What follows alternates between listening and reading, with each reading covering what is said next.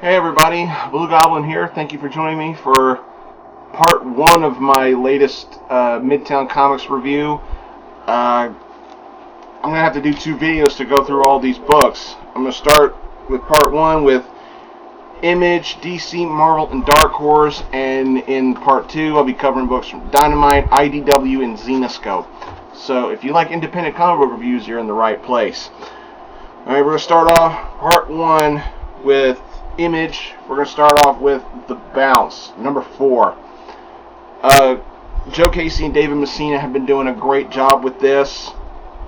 I think the writing in here was very, very well done. For such a trippy series, I think this is probably the least trippy issue of the series. I mean, this felt really straightforward, very solid. Thought it was very well done, very well written. The dialogue in here was good. The action in here was really good. The one-liners and the comedy bits were also very well done for what we got. The Bounce is fighting this freak of nature in the beginning of the issue, but as we go later on in the story, it might come out as a simple misunderstanding. This creature, this super being that he's fighting, he can't speak any English. Bounce can't understand what the hell he's saying, and at the end of the issue, we're getting toward a what the fuck kind of cliffhanger. I thought it was very well done.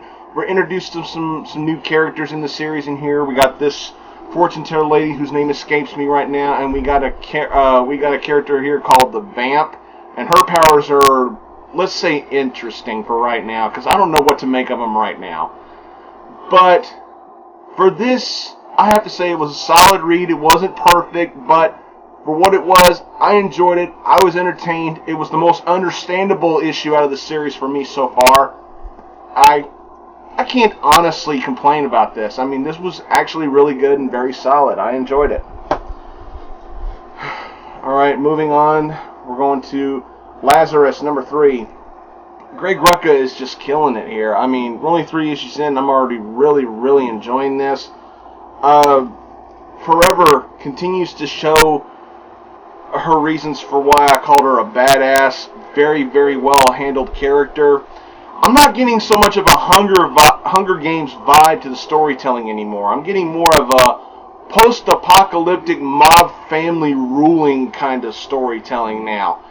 And it's perfectly understandable now in this issue. In this issue, we learn that Forever is not the only Lazarus. Now, I believe they covered it a little bit in the second issue, but in here it's well established that each family that rules a territory has their own Lazarus, or may have their own Lazarus.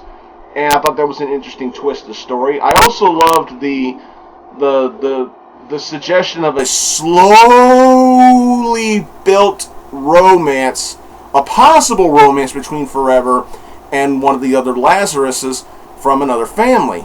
I thought that was very well played out. It's like they seem to be getting along, even though they talk about possibly killing each other, and I thought that was very nicely handled. I love the villain style talking, the villain style conversations that most of the other characters have in here. It's like we're in a world where almost literally nobody trusts anybody, anywhere, anytime, period. This could make for some very dramatic and very holy shit style storytelling, as long as it's not overdone. This was very solid, a good read. I'd recommend this. This was really well done. Moving on to DC, we got He-Man and the Masters of the Universe, number 5. Oh, wow. This was really good. This was really good. Now, Despera's origin finally revealed. Now, ever since issue 1, we have known that Despera was actually Adora, aka She-Ra. We've known that. But in this issue, we finally get the origin of how Adora came to be Despera. This was incredible. We get to see she was taken as a newborn baby from the castle, from Eternia, and she was basically raised to be evil. But not only do us readers see that for the first time, so does Adora. Adora realizes now for the first time that her life has been a lie. She was meant to be something. She was meant to be the Princess of Eternia when she ended up being a soldier for Hordak. Her life has been a lie, and once you see how it just hits her when she finally realizes this, it's such a heartbreaking moment to see such a legendary character get this kind of a revelation. It was really well done. And this is another one of those series where when I read the dialogue, I can somehow hear the voices of these characters that I remembered watching when I was a child. This was awesome. A solid issue to this series. If you're not on board with He-Man, why aren't you? You know, just fantastic stuff. I can't say anything more. Moving on, we got Superman Unchained number 3. I've said it before, and I'm going to say it again. This is probably, it's arguably the best Superman title on the shelves for DC. I've been keeping up with some things associated with Superman in Action Comics. I stopped buying Superman ages ago. Hell, I don't even think I made it to issue 10 yet, and I stopped reading it because I thought it was crap. Action Comics, I thought was a little overrated, because it just, Grant Morrison writes Superman. It's got to be good. It wasn't good. That's just my opinion. But this has been a solid Superman series, and we're only 3 issues in.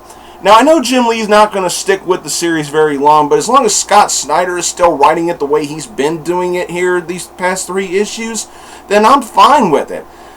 This was really good. We get to see Superman actually act like Superman. He can be brutal at times, and he can be a little overbearing and demanding at times, but at the same time, Scott Snyder remembers that Superman is also a Boy Scout. He is a hero. This is how he should be done. He's going through all these actions, thinking about, the surroundings around him. He's saying, I'll kick your ass, but I don't want any trouble. That's kind of the vibe that the character development of Superman in this series is being portrayed, and it's very well done. General Lane, Lois's father, he's a dick. Through and through. He's a fucking dick. That's all I need to say. This guy, don't know what to think about him still just yet. He's kind of acting friendly, but at the same time, I know deep down he's probably still going to end up being a foe. It's a cliche. It's been done a lot, but it's still interesting when somebody does that cliche and they do it right. Very interesting. Lois really shined in here too. It's good to see Lois not being the stereotypical damsel in distress. It's nice to see Lois acting on her own, thinking on the spur of the moment when shit's hitting the fan. I loved that. Don't know what to make about Lex Luthor yet, but this was solid. I loved it. This was great. Scott Snyder, please stay on board with this and keep writing this series the way you're doing it right now, because if you stay consistent, you'll get more readers. I promise you. This was good. This was really good. Moving on to Marvel, we got Thanos Rising number 5. Oh my God! This was such a solid ending to this miniseries. This was incredible. It may have taken a while for it to come out, but it's Simone Bianchi artwork. It's going to take a while for it to get released, because at the end of some of the ads in this issue are advertising coming up Infinity number 1, and that was how long ago? So yeah, this book might be a bit late, but Jason Aaron just killed it with the writing, and the artwork was perfect for this kind of story. This was incredible. We've all known for years that Thanos' love of his life, death, can only be seen and heard by him because he's fucking cuckoo for Cocoa Puffs. But the way Aaron tells the story on how that's revealed to other people around Thanos before he kills them, it was just fantastic. The tension and the drama in here was magical. Fucking incredible stuff. And the ending of the book, oh my God, really incredible. There's no big dun-dun-dun moment or no really big what-the-fuck moment at the end, but the ending was great. Very kind of a little bit on the awe sense, but this was fantastic. This is a perfect Thanos story for new readers. I am dead fucking serious.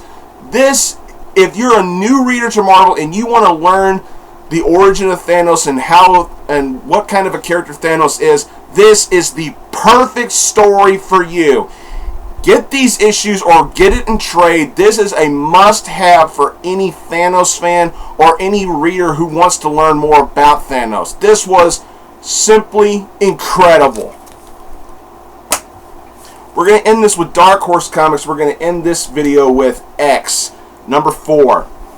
Dwayne Swarzynski and Dustin Nugent. Oh my god, this was really good. I without a face. I saw the title of the book and I just couldn't help but hear Billy Idol in my head. But, oh, wow. You want to talk about gruesome, action-packed, very tense drama action. You got this book. This was great. What more can I say about this? Probably the best part of the book for me was not the action, but the dialogue concerning X and his mask. When X gets unmasked in here, but due to convenient shading, we still don't see who it is. But this motherfucker right here, he sees who X is, and he's flabbergasted. He's like, you? I never thought it'd be you. He's like, man, if I knew it was you, I would have bought you a couple of beers or something, but I'm going to have to kill you. You know, he says stuff like that. And then X tells this guy, he's like, look, there was a reason why I wear this mask and keep it locked on. It's not to keep my identity secret. I wear the mask to make sure I hold back. And what he does to this guy, oh my god! This was great! And the issue ends on an old school style. It's like, the victory is ours for now, but the war is far from over kind of feel to it. It was really well done. I'm loving this. This was awesome. Really graphic, but very well done. Fucking awesome. I loved it. Alright, that's it for part 1. Stay tuned for part 2. If it's up, go check out part 2. Thanks again for watching, everybody. Big thanks to Chris and Midtown Comics for these books. So, until next time, everybody, I'll see you all later.